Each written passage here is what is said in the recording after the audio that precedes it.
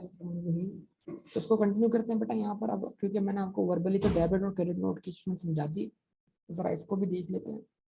तो यहाँ पर इसके इफेक्ट देख लेते हैं। अच्छा, उसके बाद यहाँ पर सवाल आ गया हमारे पास, question number 2, star limited has submitted the following data for the February 20x5 local taxable sales to registered person. ये गुड्स बेची हैं आपने किसको? Registered person. कितनी? 1 million. Local taxable sales to unregistered person 5 million. उसका मतलब क्या हुआ? आपने 5 मिलियन की गुड्स बेची। एक्सपोर्ट सेल्स कितने?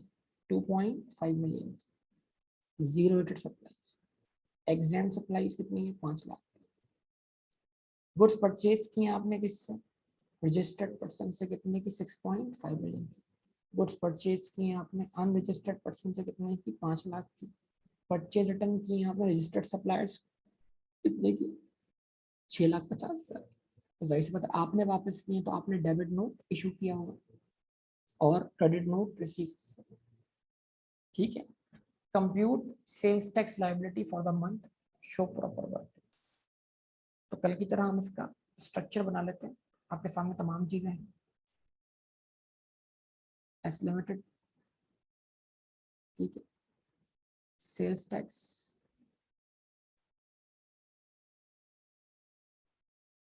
Liability.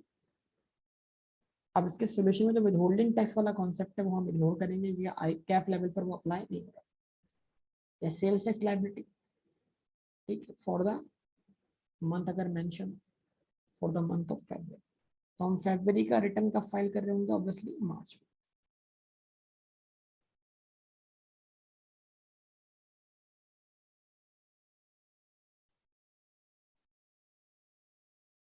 28 February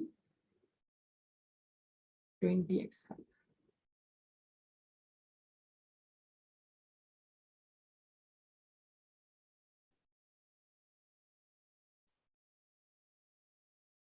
value of supply, ठीक है, रेट और सेल्स टैक्स।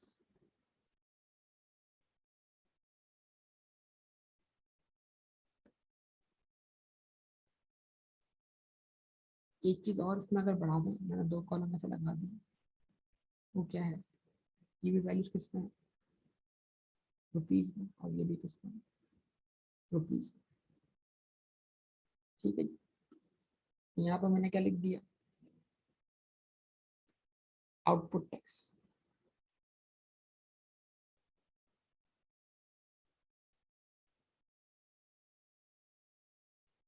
आउटपुट टैक्स की हेडिंग लगा दी मैंने, on local taxable supplies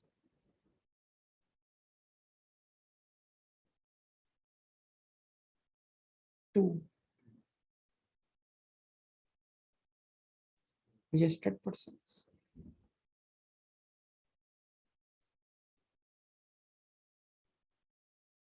to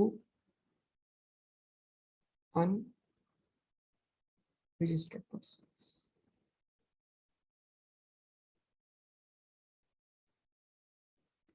local taxable supply registered person हमारी कितनी है? 1 मिलियन की। उसकी वैल्यू सप्लाई 1 मिलियन है।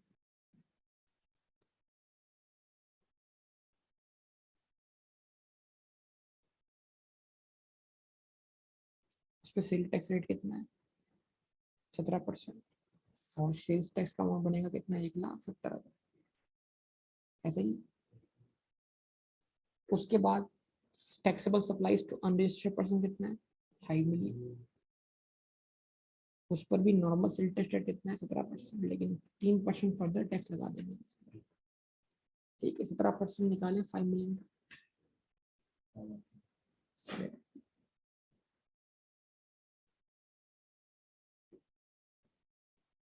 यहाँ तक हम इसका सम कर देंगे।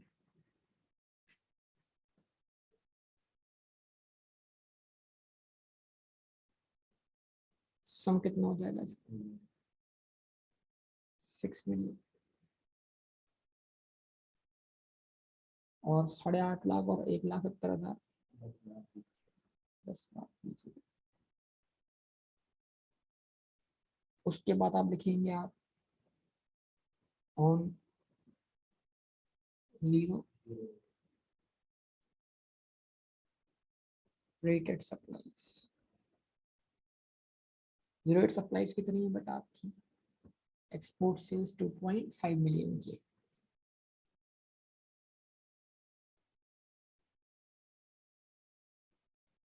ठीक है, इसका रेट यहाँ लिख दें आप कितना? 0%। आंसर भी क्या आएगा? 0। उसके बाद ऑन एग्जाम सप्लाईज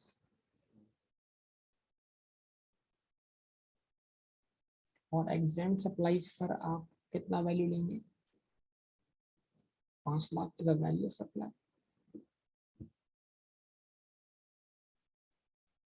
इस पर कोई सेल टैक्स रेट नहीं है।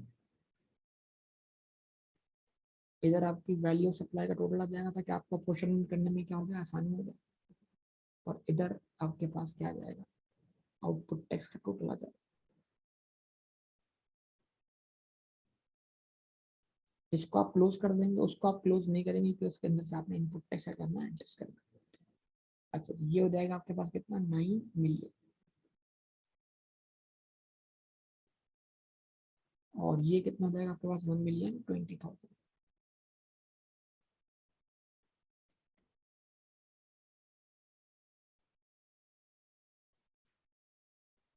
ठीक है, उसके बाद अब आपने इसमें से लेस करवाना क्या है? Input tax.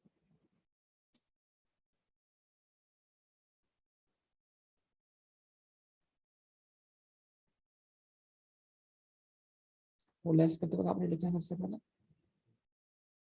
Actual input tax और नंबर 2 90% ऑफ आउटपुट टैक्स। और नीचे लिख देना आपने which ever is lower.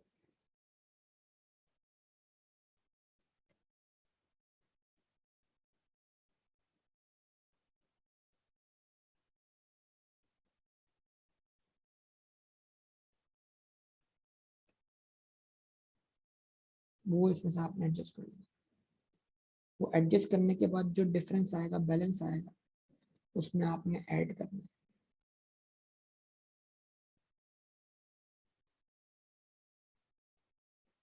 Further tax. कितनी वैल्यू पर? 5 मिलियन।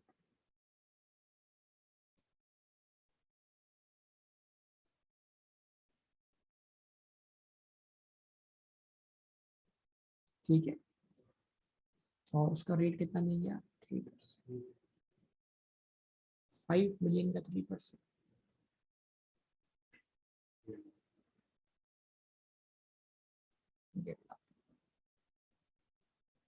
टोटल हो जाएगा और ये आंसर कहलाएगा आपका सेल्स टैक्स पेएबल।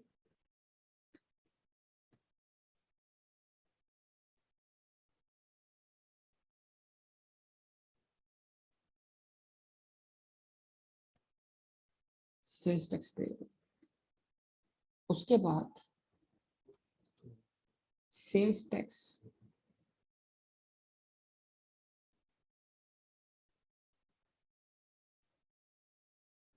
रिफंडेबल। वो आ जाएगा। फिर एक लाइन छोड़ देंगे अगर इनपुट टैक्स को कैरी फॉरवर्ड होता है नेक्स्ट पीरियड में उसके लिए। अब नीचे आप कर लेंगे इनपुट टैक्स की वर्किंग।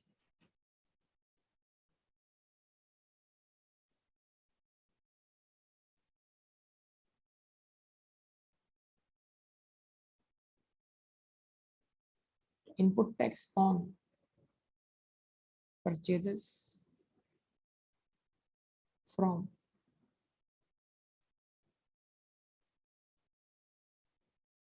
Registered suppliers.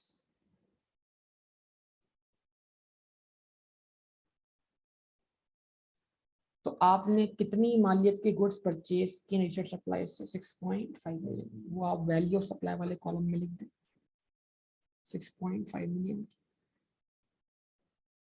उस पर आपने सेल टैक्स कितना दिया, 17%। 6.5 मिलियन का 17% निकाल लो।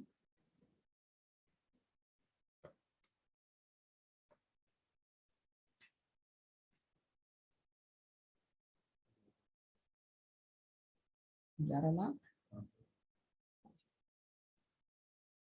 उसके बाद फ्रॉम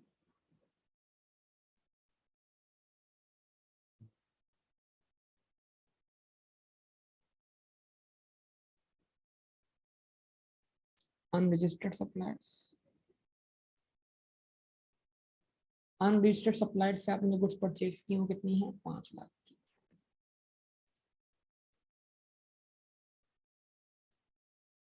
पांच लाख क्या हो गई, वैल्यू ऑफ सप्लाई। और 5 लाख अगर आप निकाल लेंगे 17%, तो कितना बनेगा, सॉरी 17%, वो इनपुट टैक्स आपने कोई चार्ज उसमें चार्ज नहीं किया, कोई अमाउंट नहीं आया, ठीक है, सही है जी। अच्छा उसके बाद ये टोटल हो जाएगा आपके पास कितना, 7 मिलियन। इस टोटल के अंदर को इस टोटल का किसी अपोर्शनमेंट से कोई ताल्लुक वैसे नहीं। अच्छा उसके बाद 1,105,000 यहाँ पे आपका आंसर आ जाएगा। अब इसमें से आप इफेक्ट लेंगे परचेज रिटर्न का, ठीक है, ये आपका इनपुट टैक्स है। अब क्वेश्चन में पहली बार आपके पास क्या आई है, परचेज रिटर्न। तो ये परचेज वो होंगी जिसका पिछले मंथ में आप इनपुट टैक्स क्लेम कर चुके होंगे। अगर पिछले मंथ में नहीं किया तो इस मंथ की परचेज में शामिल होगा। दोनों सूरतों में रिटर्न होने की सूरत में इसका इनपुट टैक्स क्लेम नहीं होना चाहिए, भले ये पिछले मंथ का हो तो पिछले मंथ का रिवर्स होगा, या इस मंथ की परचेज में से रिटर्न हुई है तो इस मंथ की टोटल परचेज के ऊपर आपने सेल टैक्स चार्ज कंसीडर किया है ना, उसी में से क्या करवा दें, इसको रिवर्स करवा दें, लेस क्या करेंगे आप, ठीक है जी। परचेज रिटर्न,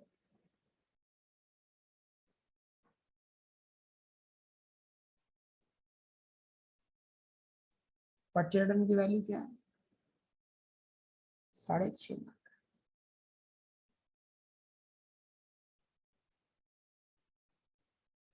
और 6.5 लाख की परचेज का 17%,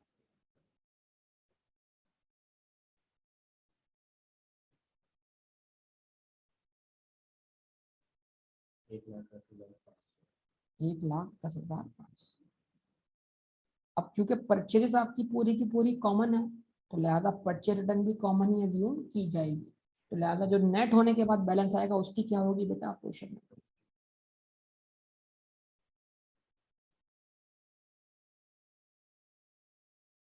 ये मिल जाएगा आपको क्या, रेजिडुअल इनपुट टैक्स।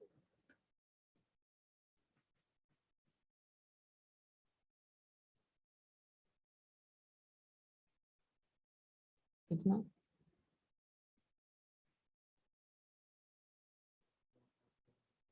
बेटा सब लोग बताएं कितना, 9,94,000। अच्छा उसके बाद आप देखेंगे अपोर्शनमेंट ऑफ इनपुट टैक्स।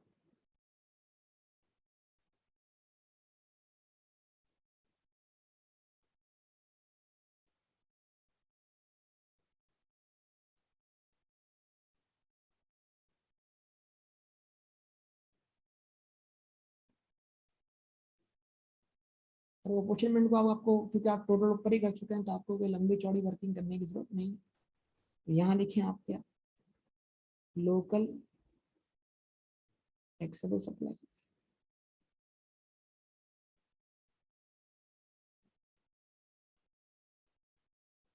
फिर आप लिखें क्या,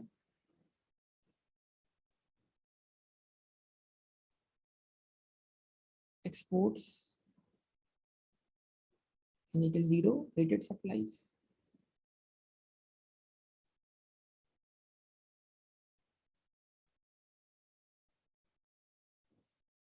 और उसके बाद क्या है, एग्जाम सप्लाईज।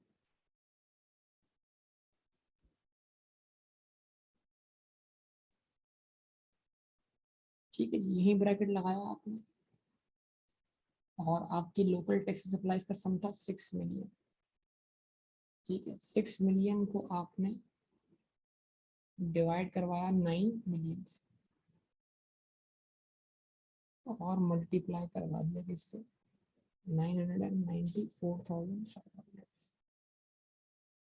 तो आपका आंसर यहाँ पर आया 6,63,000।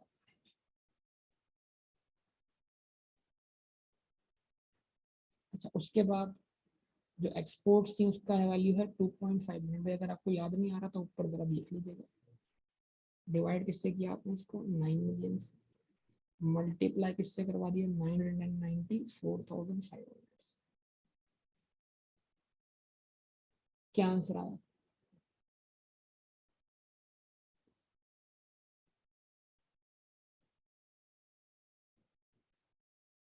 2,76,250।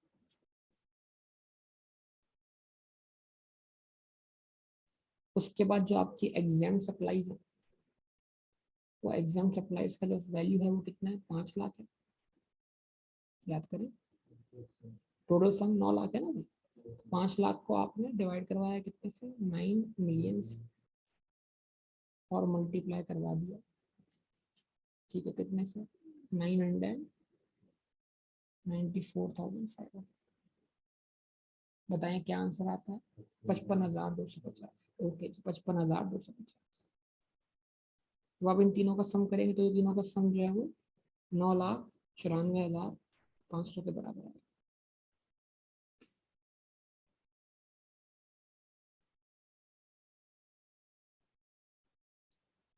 ठीक है जी। तो अब इसमें कितना इनपुट टैक्स बिलोंग करता है for your taxable supplies? 6,63,000।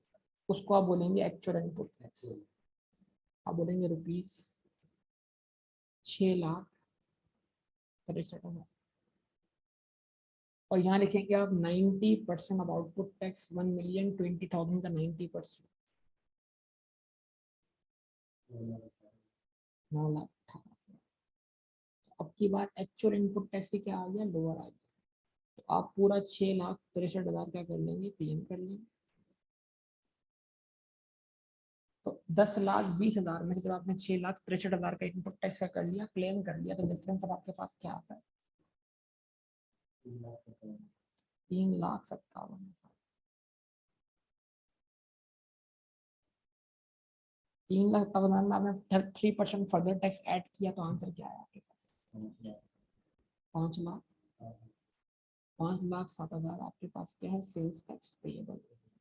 FBR से आप एक्सपोर्ट्स के लिए रिफंड कितना मांगते हैं? 2,76,250। सेल्स टैक्स रिफंडेबल कितना आ गया? 2,76,250।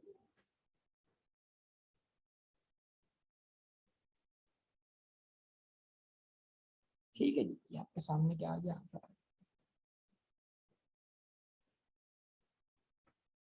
कोई मसला हो तो बोलिए। और अपॉर्चुनिमेंट के लिए हमने ये इस्तेमाल कर लिया 6 million divided by 9 million multiply by input tax की value. 2.5 million divide by 9 million multiply by input tax की value. 0.5 million multiply by 9 million multiply by divide by 9 million multiply by input tax की value. ठीक है।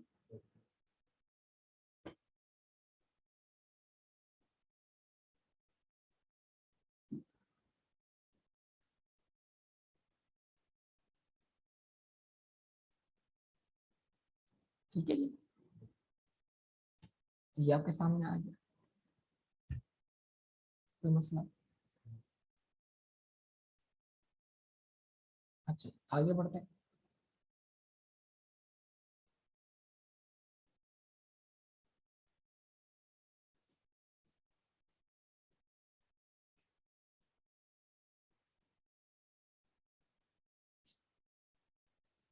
Question number 3 देखिए।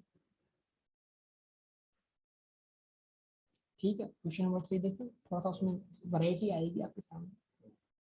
जो हमने पढ़ लिया वो वाली वैरायटी आएगी। ठीक है।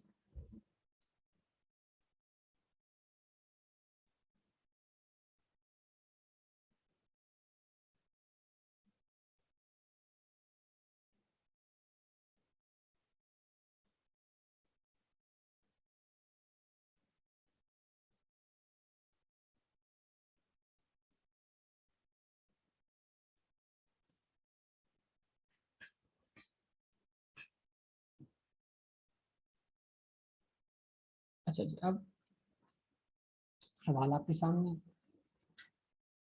सितंबर 2005 का सवाल है, पुराना सवाल है। Following information is extracted from the records of Rambo Enterprises Private Limited.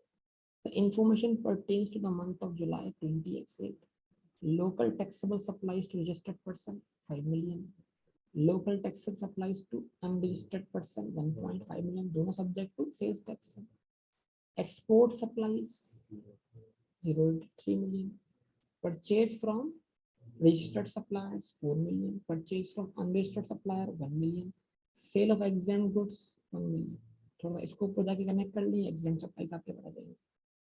अच्छा जी, अब यहाँ पे थोड़ा मसला आ रहा है, देखिए एग्जामिनेशन ऑफ क्रेडिटर्स लेजर, यानी हमने सप्लायर्स का जब बैलेंसेस क्या किए, चेक किए, reveals that an amount of rupees 100,000 is still outstanding on account of purchases made from registered supplier on 22 जनवरी 20 हम कौन से मंथ रिटर्न फाइल कर रहे हैं, हम कौन से मंथ का रिटर्न फाइल कर रहे हैं, जुलाई का। कब कर रहे होंगे, अगस्त में, पक्का। तो एक इनवॉइस जो कि इशू हुई है 22 जनवरी 2018, ठीक है, आप हिसाब लगा लें इस इनवॉइस को इशू किए हुए कितने दिन में, ठीक है, 31 जुलाई तक।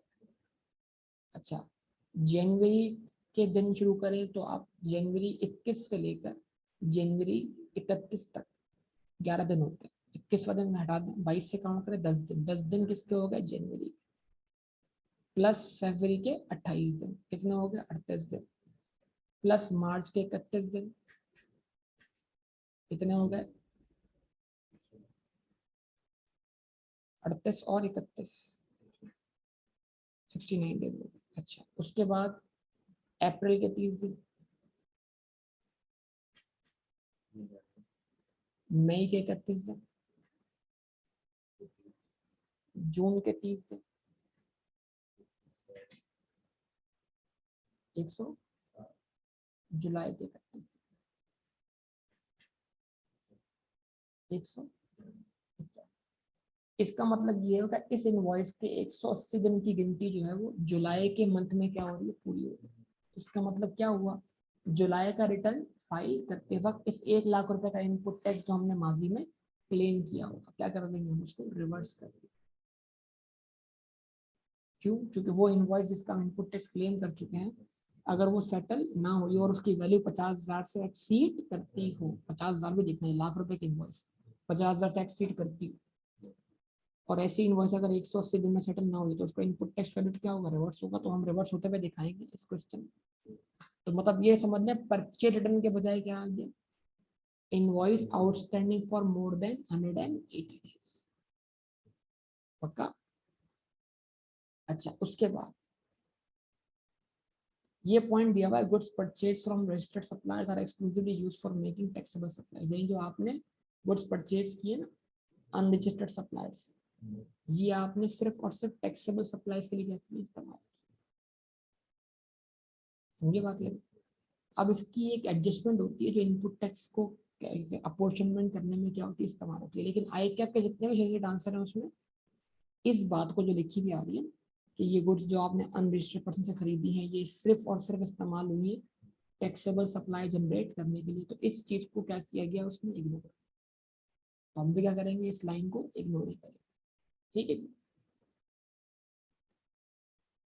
अब आपके सामने सवाल करें सॉल्व, जैसे पिछले सवाल था हमने सॉल्व किया। अच्छा, Rambo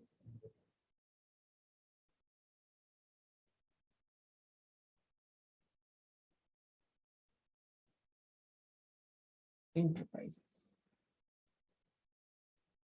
limited, sales tax liability for the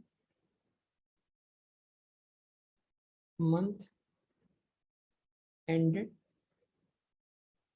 31st July 20x8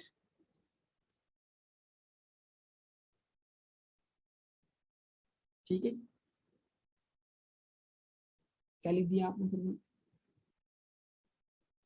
value of supply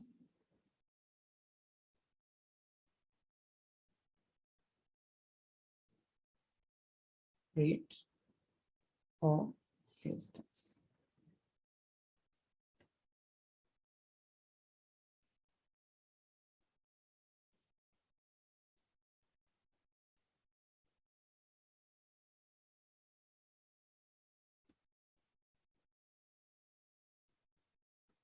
ठीक है जी, वैल्यू ऑफ सप्लाई भी रुपीज में होगी, ऑब्वियसली सेल्स टैक्स भी रुपीज में होगा, रेट ऑब्वियसली परसेंटेज में होगा। अच्छा, उसके बाद अब क्या लिखा आपने यहाँ पर? Output tax.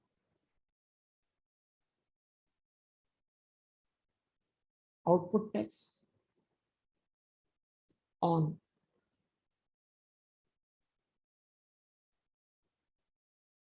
Local taxable supplies.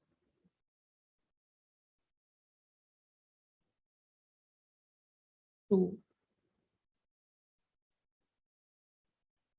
registered persons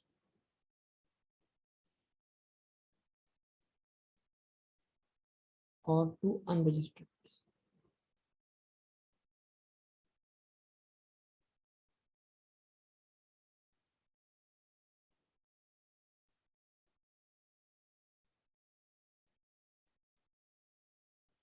ठीक है, तो local taxable supplies to registered person कितने हैं? 5 मिलियन।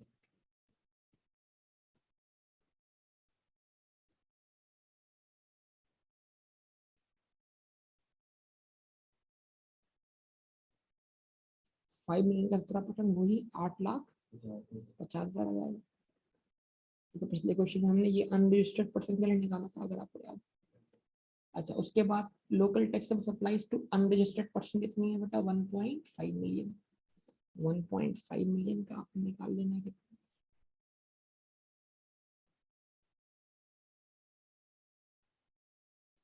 17% कितना बन जाएगा? 2,55,000। अच्छा, उसके बाद क्या कर देंगे आप इसका टोटल?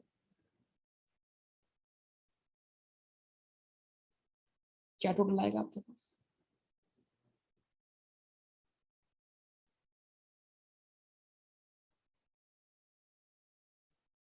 6,500,000। और इसका सम कितना है? 11,05,000। 1,105,000। ओके। उसके बाद आपने लिखे ऑन जीरो रेटेड सप्लाईज। तो जीरो रेट सप्लाईज की वैल्यू कितनी है आपके पास बेटा? 3 मिलियन।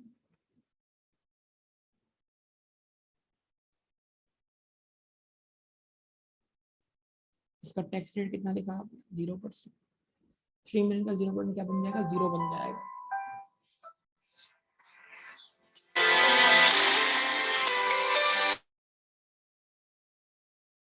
ठीक है, तो इसका आंसर क्या बन गया? 0% का आंसर 0 हो गया। और उसके बाद आप बोलेंगे on exam supplies.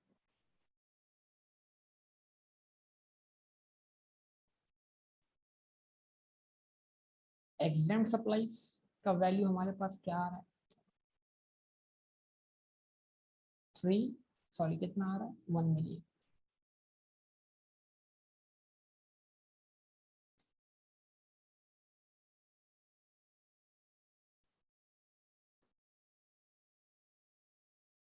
One million पे आपने कोई टैक्स रेट अप्लाई नहीं किया।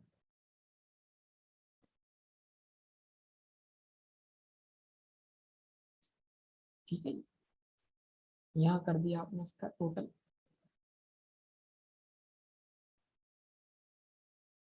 कितना बन जाएगा? 10,500,000। ये बन जाएगा 1,105,000। इसको आप कर देंगे क्लोज, ठीक है, इसको मजीद कुछ भी ऐड नहीं होगा, या अपोर्शनमेंट होगी यहाँ पर नीचे, आप उसको आप ओपन रखेंगे, क्यों, क्योंकि इसमें से आपने इनपुट कैसे करना है, लेस करना है।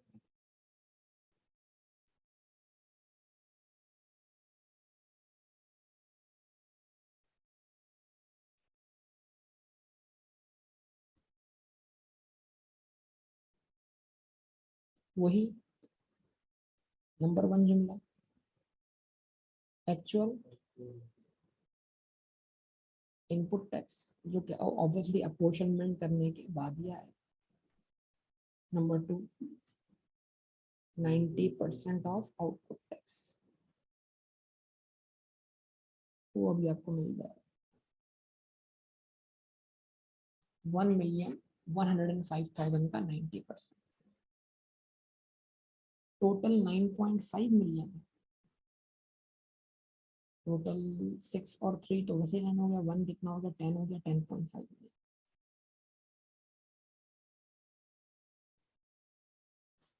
क्या बेटा गलती, अच्छा ओके, अच्छा 90% निकालें 11,05,000 का,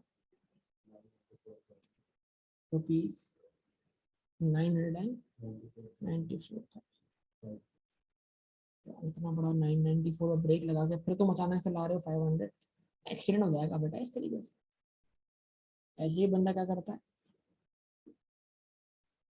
ठीक है जी। और विच एवर इज लोअर,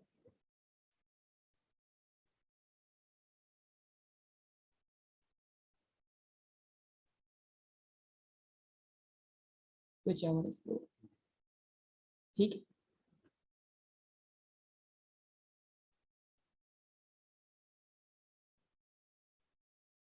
उसके बाद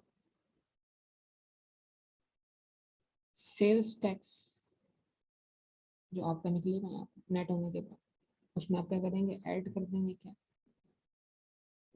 फर्दर टैक्स, फर्दर टैक्स कितना, वैल्यू सप्लाई कितनी होगी 1.5 मिलियन, रेट कितना होगा 3%, 1.5 मिलियन का 3% निकाल लो,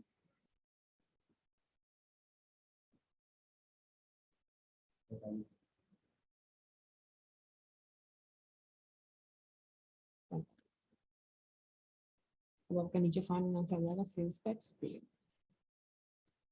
स्ट्रक्चर आपको मुस्तकिल याद हो जाना चाहिए, मतलब इसे बना बना के, सेल्स टैक्स पे, इसमें आप क्या कर देंगे, नीचे लिख देंगे सेल्स टैक्स रिफंडेबल,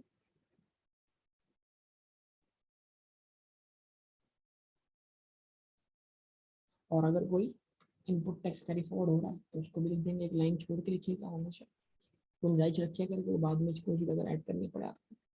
अब यहाँ पर हम दोबारा लिखेंगे input tax,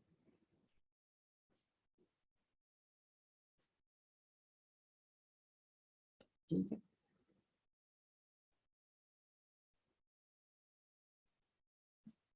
input tax on purchases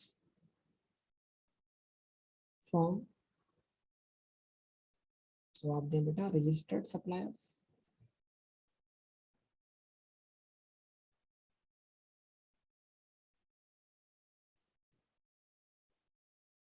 input tax on purchase from registered suppliers कितना बेटा 4 मिलियन, 4 मिलियन जो है वो वैल्यू सप्लाई है, इस पर आपने सेल टैक्स पे किया होगा 17% के हिसाब से,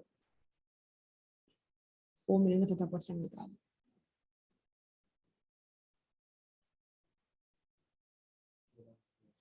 6,00,000, उसके बाद लिखे फ्रॉम अनरजिस्टर्ड सप्लाई,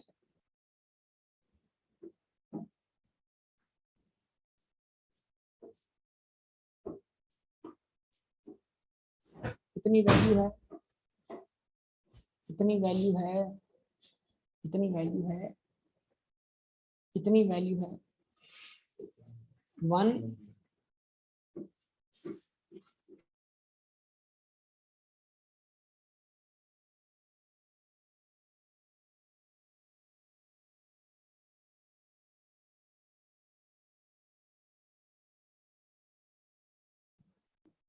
कितनी वैल्यू है 1 मिलियन। 1 मिलियन का कुछ भी नहीं करेंगे बेटा,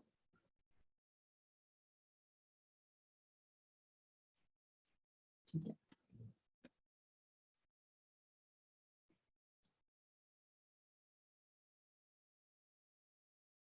सही।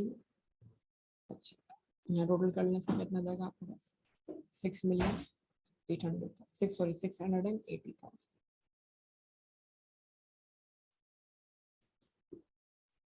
680,000। उसके बाद input tax on invoices outstanding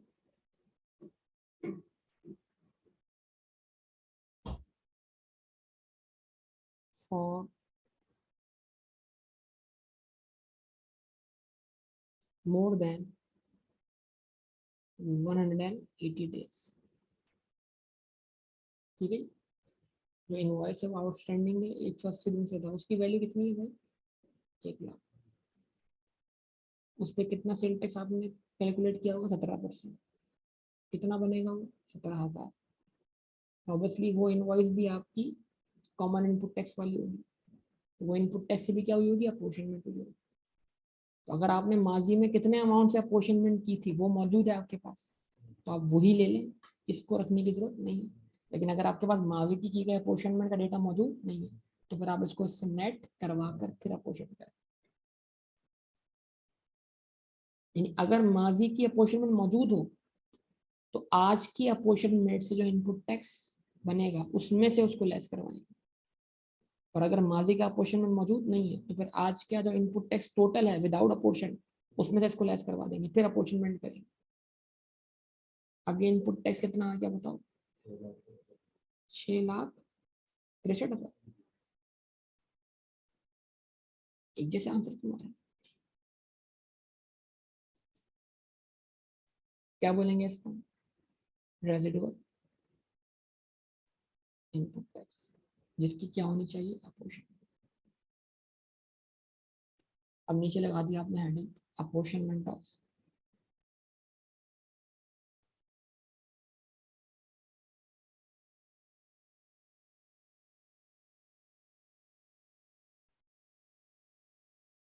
residual input tax.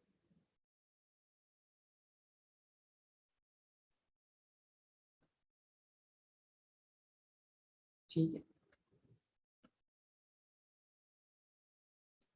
Input tax जो कि बिलोंग करता है लोकल टैक्सेबल सप्लाईज से,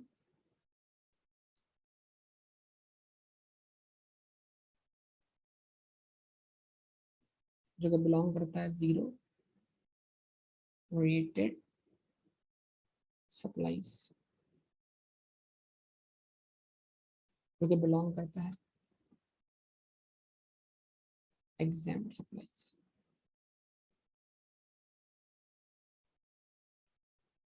ठीक है बेटा,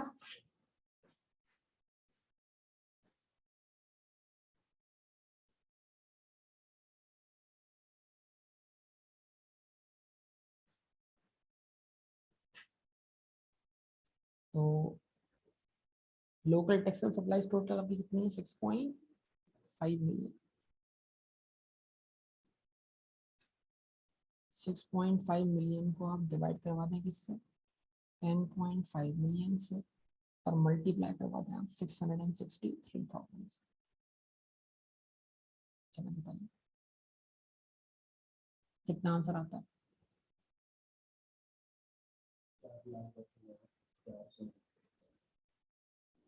4,10,429। फिर 6.5 मिलियन को, सॉरी, फिर आप 3 मिलियन को डिवाइड करवा दें 10.5 मिलियन से, मल्टीप्लाई करवा दें 6,63,000 से।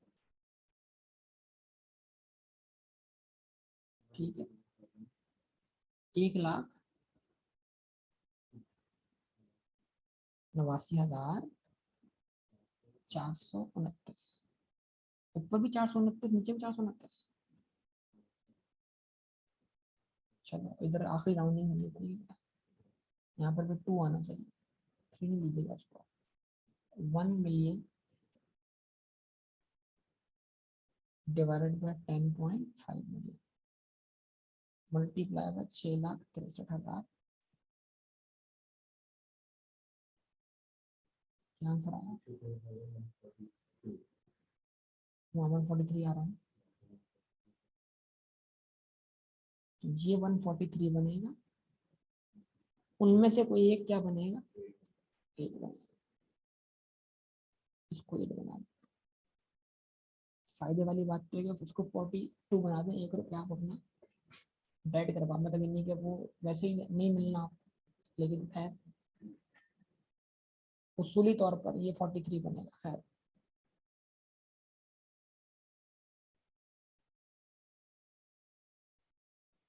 ये आंसर आपका 6,63,000 बन गया। सही है भाई, पक्का? अब आ जाओ भाई, एक्चुअल इनपुट टैक्स 4,10,429, पक्का?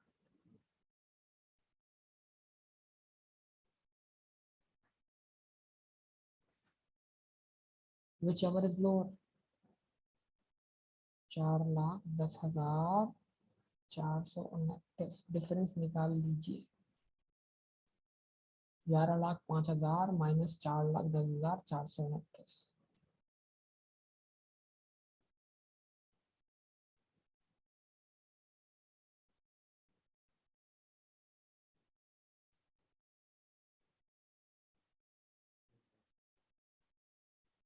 6,94,571।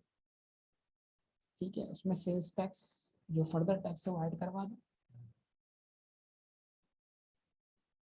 कितना हो जाएगा?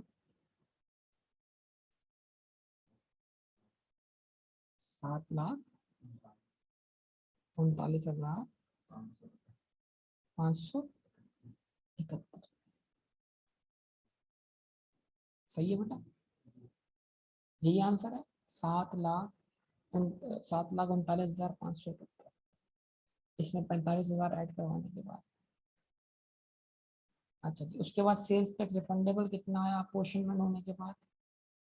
1,89,428।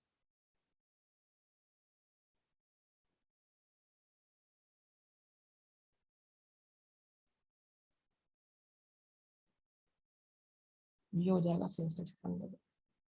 कोई इनपुट टैक्स अगले पीरियड में कैरी फॉरवर्ड नहीं होगा।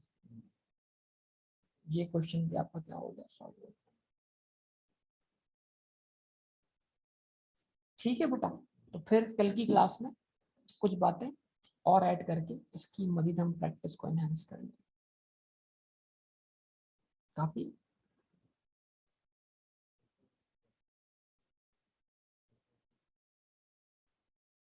ठीक है जी,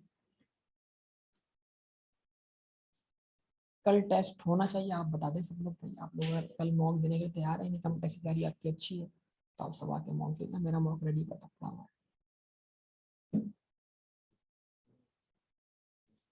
जितना सेंटेंस आपको आ गया आप कर लें।